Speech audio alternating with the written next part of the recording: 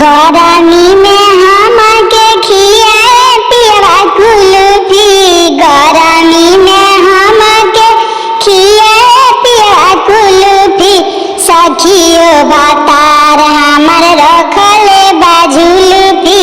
सखियो भतार हमर रखले बा झुलफी। ठंडावा के दिनवा में अंडा खियाए। ठंडावा के दिनवा में अंडा खियाए। रात भर हमके रजैया में सुताए। रात भर हमके रजैया में सुताए। गरमी में हमके खियाए पियवा कुल्फी। सखियो भतार हमर रखले बा झुलफी। सखियो भतार हमर रखले बा झुलफी।